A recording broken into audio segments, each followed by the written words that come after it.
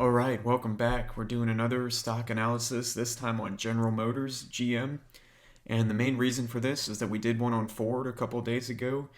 We got, all three of our valuation metrics came in, well above 20. And the stock has recently had a run up, Ford stock has had a run up above 20. So I wanted to look at GM and see if we can see the same undervaluation and go from there. All right, so they have a market cap of $87 billion dollars and are selling for right under $60 a share as of November 8th, market close. If you want to read about the company, you can pause it and read this description, but I think everybody knows what GM does, right? They make GMC, Chevy, Cadillac. Those are the big ones. All right, so let's go to the financial statements. All right, first thing we're going to start with, as always, is total revenue.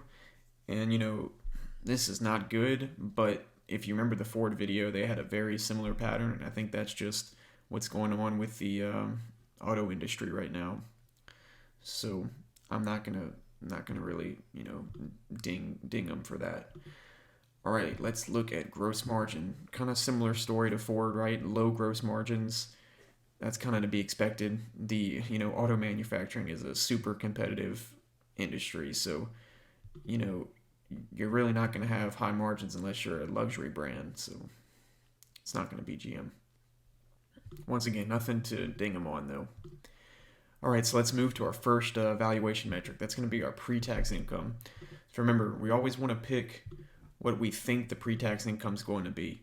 So, I mean, look at this though. So they were flat for a while. Obviously, COVID really knocked them down, but they're recovering like with a fury, right? I mean, you're higher than you were previously on a pre-tax basis, so that's really good to see. I think that's actually better than what we've seen with Ford, but I don't remember exactly.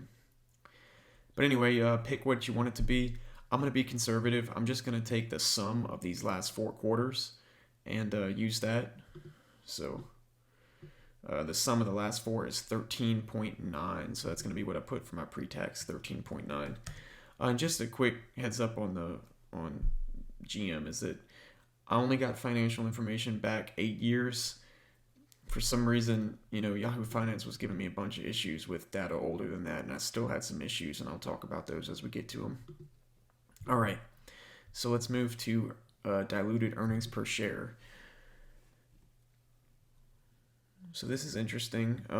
Obviously, this COVID year makes sense. I'm kind of curious what happened here, but that would, you'd want to look into that before you bought the stock. Make sure you're not going to get hit by another big surprise like this.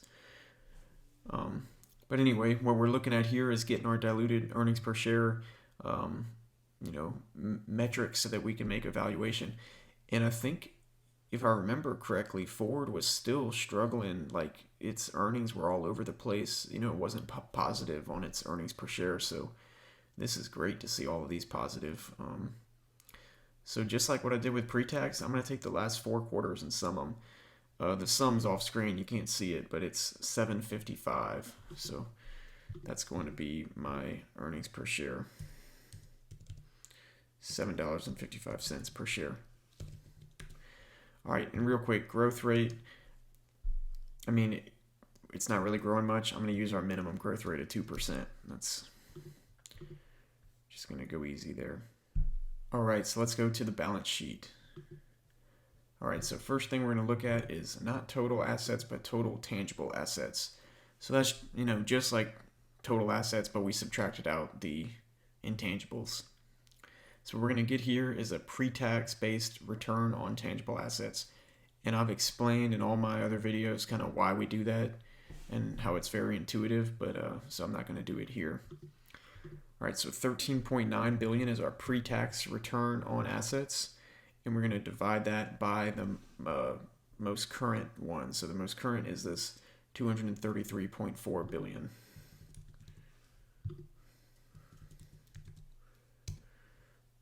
6%.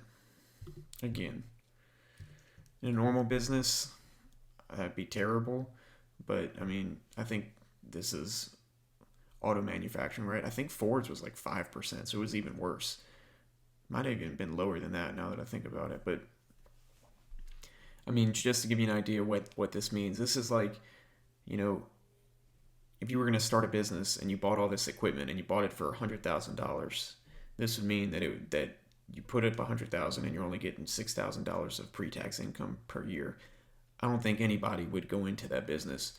Now the difference here is that they already own the equipment. It's not like they're having to rebuy it. Well, so, but in a way they are, because it depreciates and you have to put money back in to maintain it. So I still like it, and I think I'm just trying to justify this low ROA because of how cheap I think the stock's going to be.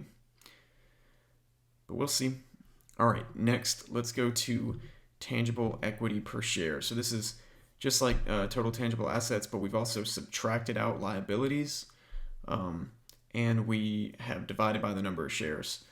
So this is really strong. I mean, we've had down years, you can see, but in general, the per share liquidation value, the per share tangible net worth is growing. And I mean, it looks pretty close to the share price, right? It's going to be, the multiple is going to be less than 2. Well, let's do all that. So first thing we're going to do is a post-tax. So, return on tangible equity after tax. So what we're going to do is we have earnings per share, and we're going to just divide by, equity per share. So our earnings per share estimate was $7.55, and we're going to divide by the most recent, which was $33.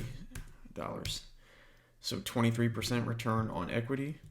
That's pretty good, especially if the price per book's under 2. So let's look at that. So price per book is the current share price, so $60 divided by 33, 1.82.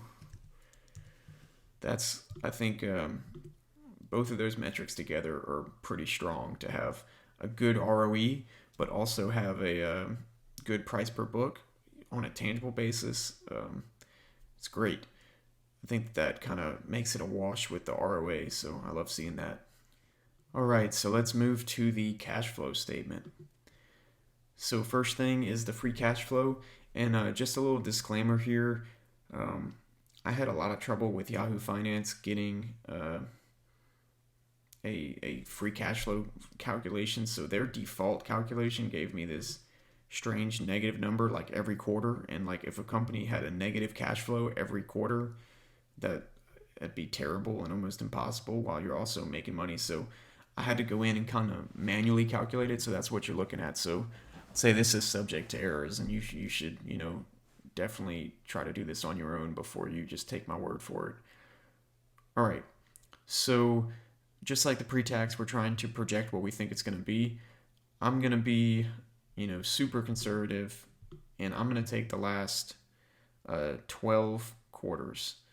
So the last 12 quarters sum, or not the sum, but the average for the quarter is 5.4 billion per quarter, so 5.4. And what I'm going to do is multiply that by 4 to get our yearly estimate.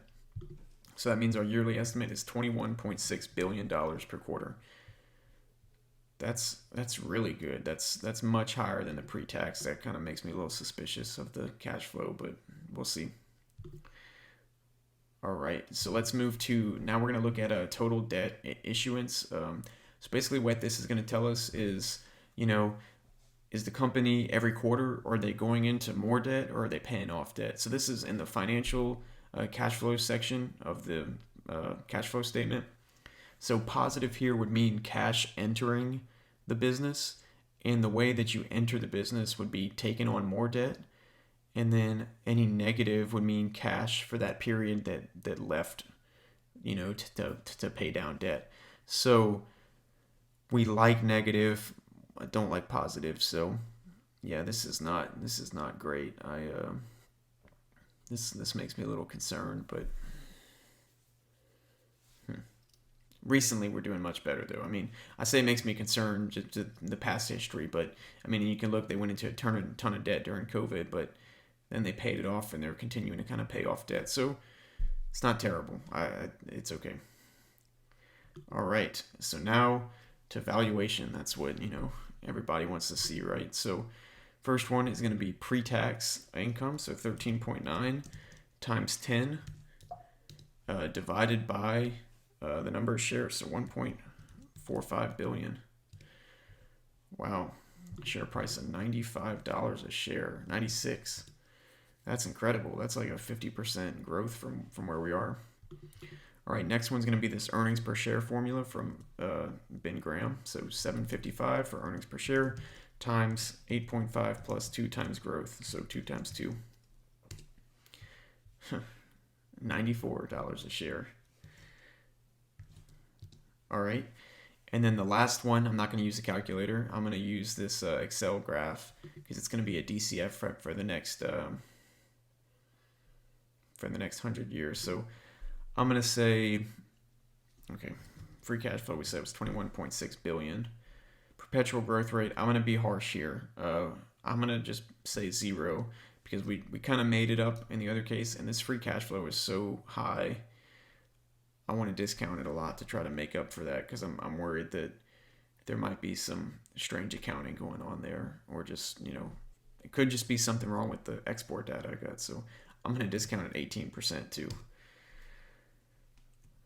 Yeah, and we still going to get a crazy market cap. So, all right, our market cap is going to be $142 billion. So I'm going to do 142 billion divided by the number of shares, 1.45, and we get $98 a share.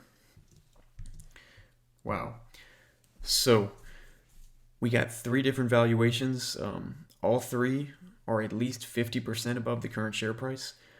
I think the one you got to take the cash flow on with a grain of salt, but I think I'm pretty confident in the other 2.